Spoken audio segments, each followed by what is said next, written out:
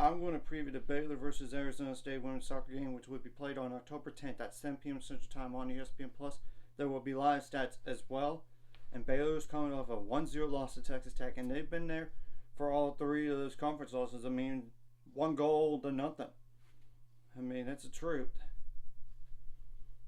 So Baylor's 6-5-3 overall, and 1-3-2 in the Big 12. And as of right now, they would not make the Big 12 tournament because of the points per match. Baylor's behind UCF and Iowa State.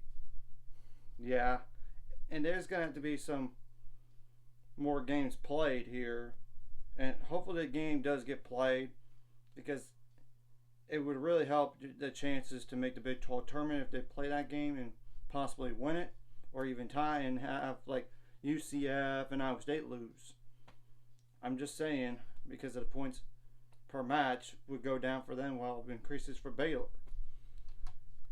And all this, while Arizona State is 7-3-3 on the year, 2-3-1 in the Big 12. So yeah, they're ahead of Baylor, and they're coming off of a 4-1 loss to Utah at home. So I expect them to play ticked off in this game, and I would put the outlook on Arizona State women's soccer in the description below so you all could see it, as well as like the roster, because I'm not going to mention every single player. And you could tell what formations they use the most when you look at the outlook too. So Pauline Nelles, or Nelles, Nelles, that's their goalie, starting goalie for this year. It's number 16, 5'9" goalie. That's a junior. And y'all can check out the stats. Just to make things quicker here.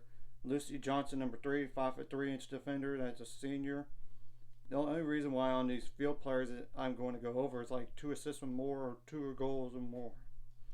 So, yeah, 8 shots attempted and 2 assists. And by the way, Nellis, I'm going to mention 13 goals allowed and 55 saves. Then Megan Sofield, number 7, 5'8" forward as a freshman, 2 goals on 16 shots attempted and 1 assist. Aston Hawes, number 8, 5'4" midfielder as a freshman, 10 shots attempted and 2 assists. I will say they do have some pretty big scoring threats. And Kiara Blundell, number 9, 5'8" forward as a freshman, 8 goals on 22 shots attempted and 5 assists. Inezia Colon, number 10, 5'4" midfielder / forward. That's a senior, 6 goals and 41 shots attempted and 6 assists. Carrie Matthews, number 11, or Keri, number 11, 5'7" forward. That's a senior, 3 goals and 20 shots attempted and 2 assists. So yeah, those are some bigger threats when you look at the scoring here so far. And there's Megan Farrell, number 17, 5'2" defender as a senior, 2 assists. That's all. But there's another player with 6 or more goals, and that's Cameron Valadares, number 20, 5'7" forward as a freshman, senior. That is a senior, not a freshman. 6 goals on 29 shots and 3 assists. I apologize for looking down because I cannot memorize all this stuff. And that's all the players that you technically need to know. Obviously, what you did wrong last game, you got to correct for this game. And what you did right last game, bring you this game. And like I said, I expect Arizona State play ticked off. And you need to have a chip on your shoulder right now because, seriously, you need to find a way to make the Big 12 tournament right now. And I get there's 4 other games prior to this, but you wouldn't be in right now because of the points per match deal. And you can't rely on other teams in front of you losing or tying when you need a win or tie. But you just cannot have the other teams in front of you to win in the standings. And right now, the RPI is not the problem for Baylor. It's not when you look at it. And prior to this game, the RPI is number 40. For Baylor. So that's not the problem here. It's more like the conference standings is the problem. in all this. And I get some of the schedule determines it. I get it. Well, Arizona State's strength of RPI is 113. So as you could tell, based on the RPI alone, yes, Arizona State has a better record overall in conference, and overall record period. The strength of schedule is deceiving. That's probably why it's so low on the RPI. So this is a game that you need to find a way to win. You cannot lose to teams with RPIs that low. You just can't. And I don't care about the officiating either. You got to make plays to win. We got to get more shots up than the last two games easily.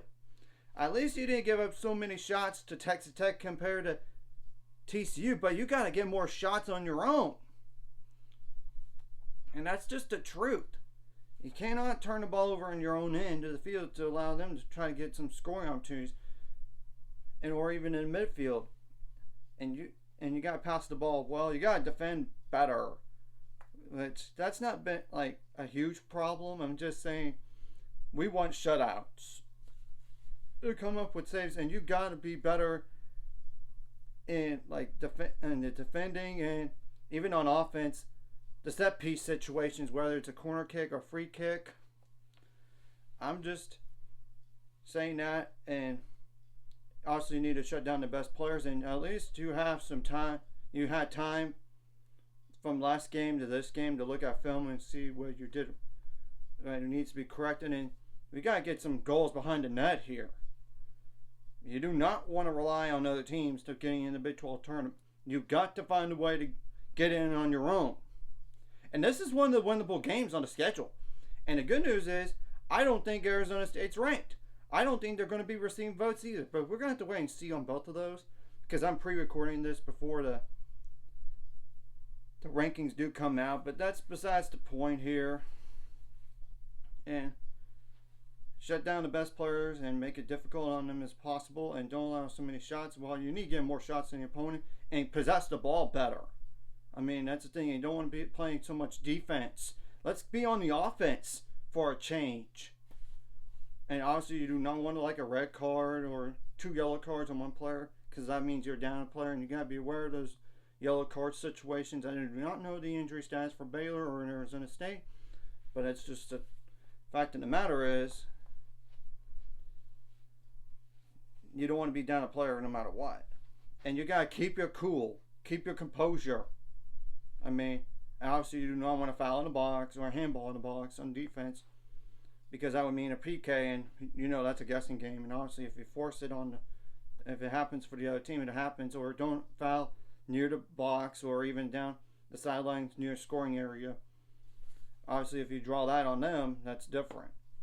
And everything, you got to win the second ball, in the air or on the ground, for a header and all that. But we gotta come out guns a firing, hair on fire.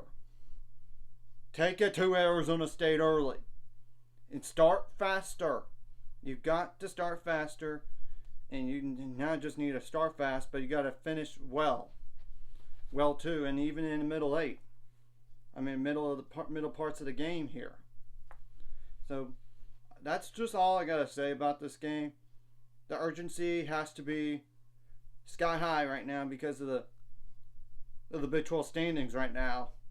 It's just a fact, and I get that our RPI is good right now, but it doesn't really matter if you can't even get to the Big 12 tournament. And I just know that luckily after this game, yes, I know we got West Virginia after this one. I'll preview that one when after the game is over, or the next day. There are no, as of right now, no ranked teams or receiving vote teams. That's all I gotta say.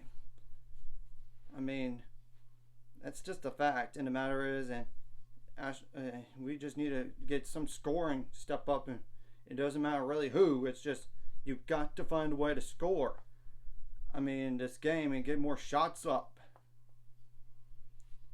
So anyways, if you like this content, hit the like and subscribe button. See you guys later on the road to 7 subscribers. Of course, ultimate goal is 1,000 more, some more money out this course. Like a video, comment video really helps YouTube algorithm, so more people see it. Sharing the video does help as well, so more people could watch. And if you're watching, hit subscribe button, hit the notification bell as well. And obviously, you need to find a way to not let them dictate the pace. And you got to adjust on the fly throughout the game, not just from first half to second half, but throughout the halves too. And we know there's no overtimes, not anymore until the postseason, whether it's Big 12 tournament or NCAA tournament. But I'm just saying, that's another thing you got to do. You got to adjust. I mean, you got to adjust faster and quicker. I mean, faster and make some key adjustments and everything. So let's go, and let's go out there and give it our all.